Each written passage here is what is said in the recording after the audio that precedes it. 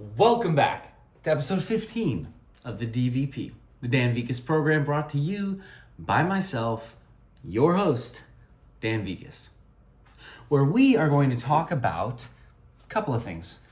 First one, don't worry so much about the who you're becoming, so much as whose you're becoming. Second, there are many uncertainties in life. But two things we know for certain is that change is inevitable, it will happen, and following that, you will be given the strength that you need for today and for everything that follows. So let's focus on the first one. Forget about the who you're becoming and focus on the who's.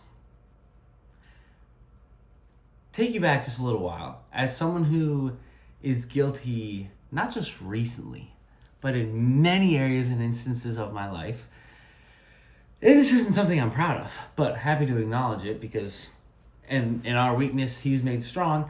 Something I'm happy to admit because I can look back at it now and be like, wow, I'm thankful for that growth and development. There were times when, in pursuit of being better, whatever that looked like, whatever that was after, my sole focus, while it might have started off great, quickly became about the little things that I was doing. And so rather than, I've been on the good side of the coin of being very happy and content with who I am. And then I've been on the other side of the coin where I'm a little more dissatisfied with who I am, with my character. Dissatisfied is being very gracious. Loathing my character would be a more appropriate term. That being said, those times when I was very happy and content with who I was. Content doesn't mean standing still doing nothing, but content in my soul, at peace in my soul with who I was. Those times were abundantly filled with the total lack of consideration or care for who I was becoming, and a entire focus on whose I was. When I have felt that I'm the best version of myself, the best character, bringing the best to the table, and that means like in those situations where I'd be willing to step into uncomfortable moments where I maybe was a little bit out of depth. It doesn't mean everything was great, but in those moments when I was most proud of my character, looking back,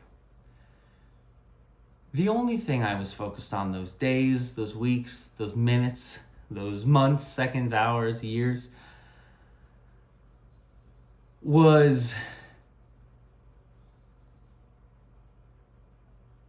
the values, morals, principles, unchanging truths that I made every decision, that I made an effort to make every decision based off of. And while doing that, I became the who that I always wanted to be.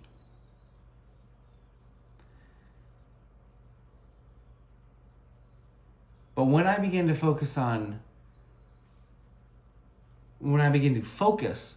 the who, my life quickly became a self-fulfilling prophecy and a game of emotional and moral chess, where I was weighing every action in my mind against this invisible, not real barometer of, is this in alignment with who I want to be, with who I say I am, with who? First of all, we are terrible judges of ourselves. Conviction's great. That comes from the Holy Spirit. That's wonderful. But we're terrible judge, juries, and guides for ourselves because we're so quick to deceive ourselves. We all, as good as we can be, that goodness, it comes out of us. It comes from Christ living within us. As good as we can be equally just so far off track, even with the best intentions. And so very quickly when I was trying to focus on who I was, oh, am I this type of person? Am I that type of person? It just ruined everything. Everything became convoluted. Everything was second guessed. Every thought, word, decision, and action was just this mental game of chess that was entirely emotionally and spiritually taxing and physically. I mean, I don't think I've spent more time in bed. This is so weird to admit because it sounds like a sob story and it's not, but I don't think I spent more time in bed than those like good 2 years when I was so focused on like who I'm being. It was horrendous. And not horrendous like, oh, feel bad for me. I look back and I'm like, holy cow. Because I was draining every ounce of life and energy that I had. I couldn't keep up with myself. And then once you get to that point of being so lost and measuring your every thought against who you think you ought to be, good heavens, of course you lose track and lose sight of what's important and what's reality, and you just vegetate. You do nothing. You don't have the bandwidth to do so. You've captured your own thoughts and your own energy and your own heart and your mind, and you've told it that, unless I'm pretending to be something, I can't. Period. And you say, can't what? You can't anything. You can't enjoy time with friends. You can't enjoy a Bible study. You can't enjoy a bike ride. You can't enjoy even the smallest of things, like a cup of tea, or conversations that you loved, or people that you loved. And on the other side of that, the beautiful side of that coin, so you take the thinking about who I am, and let me pause before I move on to the next point. When I'm talking about thinking about who I am, it's like, I'll run you through a scenario. Parents are going downtown to eat. I got some stuff to do, but it's important to spend time with family. And I'm like, well, who am I? What would I be? Well, yeah, I'm a loving son. I'd do this. And so I feel all this conflict because I'm like, I know I have stuff that I need to get done, but like, I should go be with my parents. I should do this because like that's what I would do. Like that's what someone loving would do. Blah blah blah. Whew. First of all, what kind of box am I trying to fit into? One that I've created that doesn't actually exist. But then if I did end up going downtown in that scenario, I'd be miserable the whole time because I still felt that I should be doing something else. And if I was present, then I was still miserable because I felt like I was there only because I had to be. So that's a brief example. Anyways, so that's the poop side of the coin. The sunshine and flowers side of the coin is waking up every single day. And I forget which Bible verse this is, but it's everything that is true, everything that is kind, good, gracious. Focus on these things. So waking up, the beautiful side of that coin is waking up every day and going, okay, that's how I'm going to live my life. I'm going to focus on what is true, what is kind, what is beautiful, what is honoring, what is faithful, what is goodness. And waking up that day and living life like I actually take God seriously. Like I believe him to be who he says he is, and so I live in accordance with that way. My mannerisms, my decisions, my actions, my thought processes mirror that belief, that knowledge of God, albeit imperfectly, but to the degree that I was capable. And living those days, it wasn't a burden to do things the right way. It wasn't a burden to be organized. It wasn't a burden to go out of my way to help people. It wasn't a burden to have a plate so full that I could barely carry it back to my table. That's a metaphorical plate, meaning like all of my responsibilities, and that table being my day. Could I bring all my responsibilities to that day, take care of them all, get them done? It wasn't a burden. It was exciting. It was energizing. It was invigorating. Fun sounding motorcycle out there. That's what happens when I focused on, okay, I know I'm God. No, I'm God's. I'm a child of the Most High God. I'm His. I belong to Him first and foremost. And everything, even the breath in my lungs, is a gift. And so today I'm going to focus on whose I am, not who I am. And wouldn't you know, in doing that, my default position became just spectacular. Nothing short of spectacular. Miraculous, wonderful, energizing, exciting, encouraging, encouraged, excited, energized, all of it. It was nuts. And it may seem like a small distinction, but it's so incredibly important because it changes the fundamental operating software that you wake up and utilize every day. When you focus on who I am, excuse me, I'm so sorry, allergies. Wow, that really worked. My fiance showed me that. You press under your nose, top of your lip. Anyways, when I focus on who I am, I placed myself at the center of the universe, and it all became about me, me, me. And so, of course, when it got to decision-making time or anything, I was trying to live life based off of me at the center. And holy cow, I mean, I'll tell you, I am far from a perfect individual, so putting me at the center was not a good idea. I'm not designed, none of us are designed for that. So, as you can imagine, that didn't go well. And that's focusing on who I am. But when I focus on whose I am, who I belong to, it just erased me from the whole equation in the best way. It didn't matter. And so I didn't spend any time or effort, and I didn't have to, on the who I was becoming, because I know whose I was. And it's just like, it's a proximity thing. It's just like the closer you get to the fire, the warmer you get. And if it's really, really freezing, let's just take, an example. If it's ice cold outside and you're about 15 meters away from the fire, probably not going to help you at all, unless it's huge, but say reasonable fire. Probably not going to help. 10 yards away, probably still not going to help. 5 meters, you might feel a little bit. But if you're 1 meter away from that fire, wow, what a difference it makes. You feel it. You feel it in your bones. And you start to get more energy, more lively because you have that warmth. It's the same thing with God.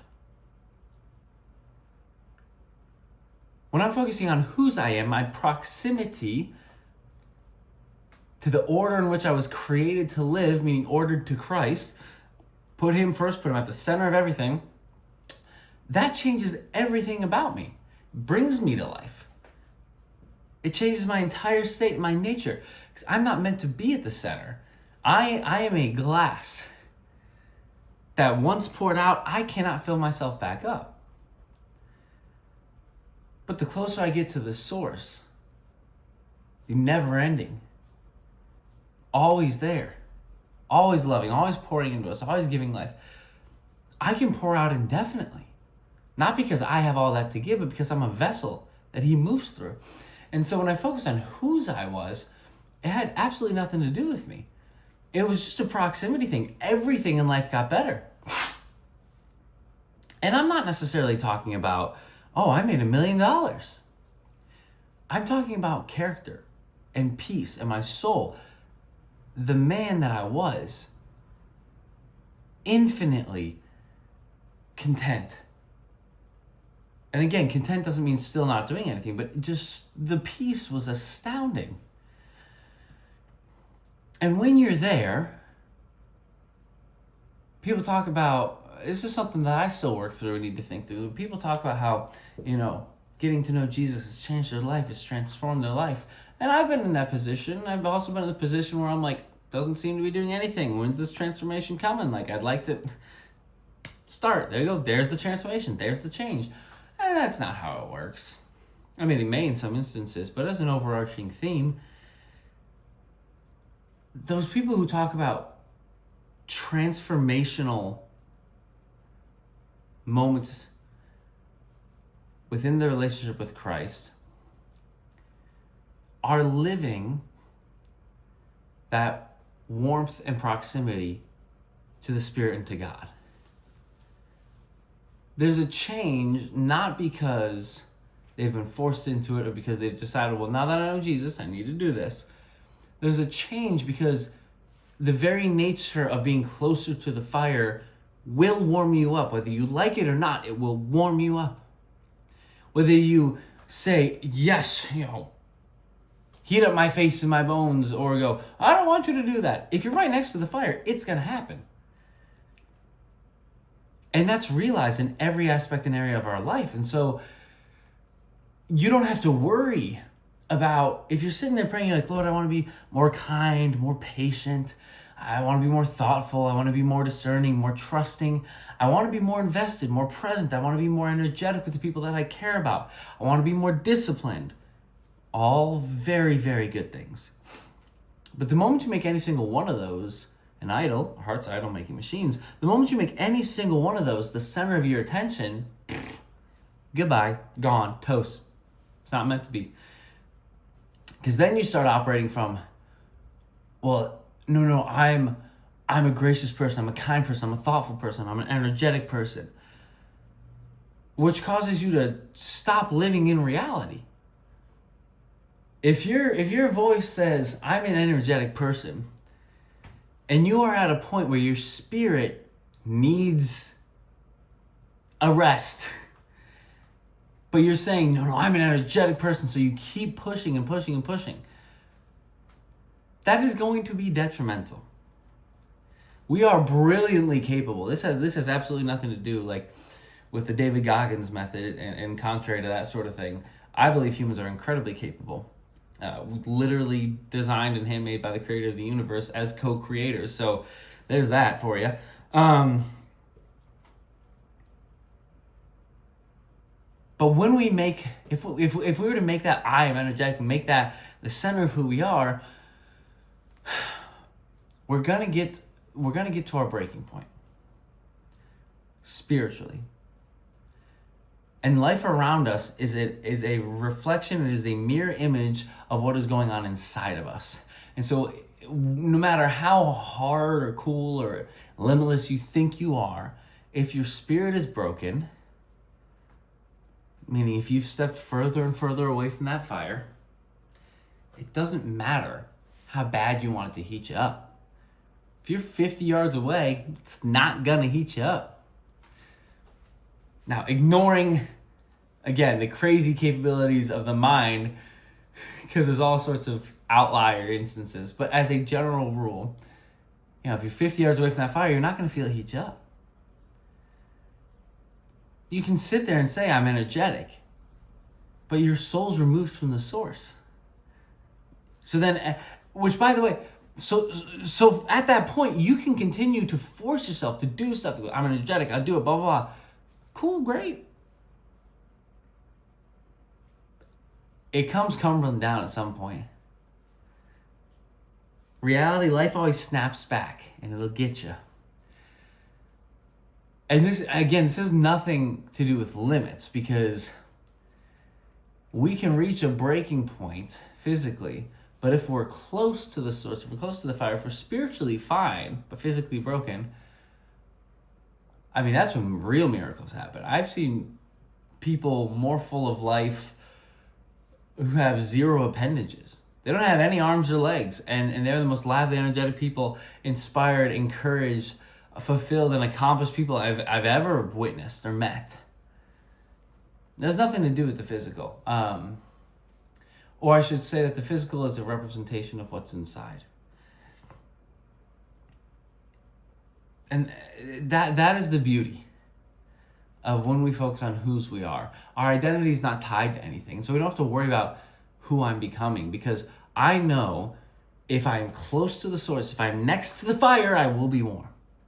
If I'm close to the source, if I'm close to Christ, as best as I can be, again, we're all imperfect, but if I'm close to Christ, to capital T, truth, capital W, wisdom, capital L, life, capital L, love, then just by the very nature of of my proximity to it, those things will begin to fill me and pour out of me. And all of a sudden we can look and go, wow, shoot, I'm really happy with who I am. I like who I am right now. Well, yeah, because you like whose you are. Crazy how that works. The last little thing, and I've gone on long enough here, so moving on to that second point from the very beginning. The first one was, focusing on whose we are, not who we are. And the second one was about how there's a couple of truths we know, and that one is that change is inevitable, but God will give us the strength for today. Well, the point that I'm trying to make, without getting into another 10, 15 minutes here, is that change is inevitable. If you're not changing, you're dying. Stagnation is not real in life or in nature. It doesn't exist. And where stagnation does exist, death follows quickly.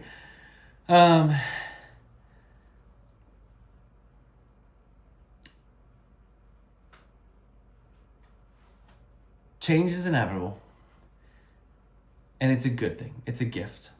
But the devil's only game is discouragement, so he's going to try and use that change to discourage you.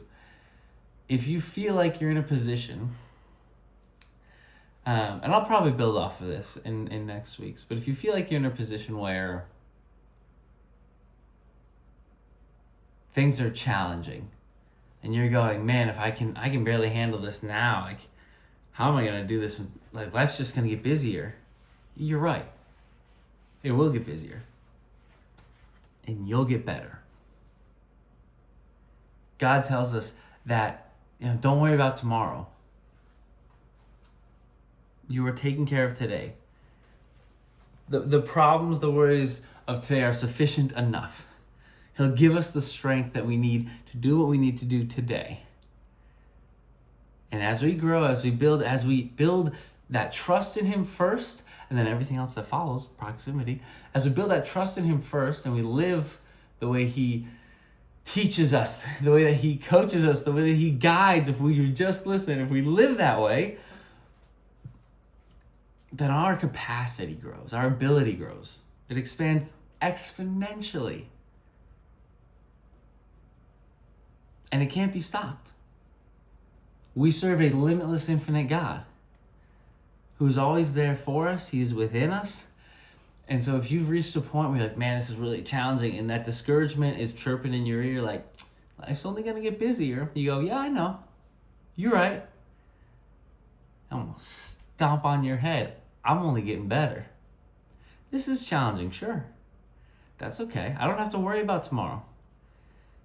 If you feel like today was long, but man, I got another 20 things to do tomorrow, how am I going to do it if I can't do it today? Geez, what about tomorrow? What about the week? Can I keep this up for 3 weeks? Probably not. But the you that wakes up tomorrow isn't going to be the same you that's right here right now. The you that's right here right now is going to go to sleep and wake up as a more experienced individual. The you 7 days from now is going to have another week's worth of life and experience and building and growth than you do today. So, will you have more stuff next week? Probably. Would you be able to handle it right now? Maybe not. But you're not going to be the same person a week from now. You're not going to be the same person an hour from now. And what we do know, we know there's change. That's inevitable. Don't try to stop it. We know the devil's game is discouragement, so he's going to try and throw you off, make you feel like you're incapable. Lies. We also know that God says, today's worries are sufficient. Don't worry about the future. I will give you the strength that you need to do what you need to do. It's kind of, signed, sealed, delivered. It's the end of that story. It's all that really matters. Like that we know is a capital T truth. What a gift that we actually have an absolute truth that we can lean on. Even more so than this wall that I've been leaning on the whole time I've been talking to you. Anyways, that's it. Episode 15 of the DVP. Thank you for tuning in. The Dan Vegas program on this wonderful evening or morning or afternoon, whenever you listen to this. Have the best time ahead. Love you all. Let's get it done.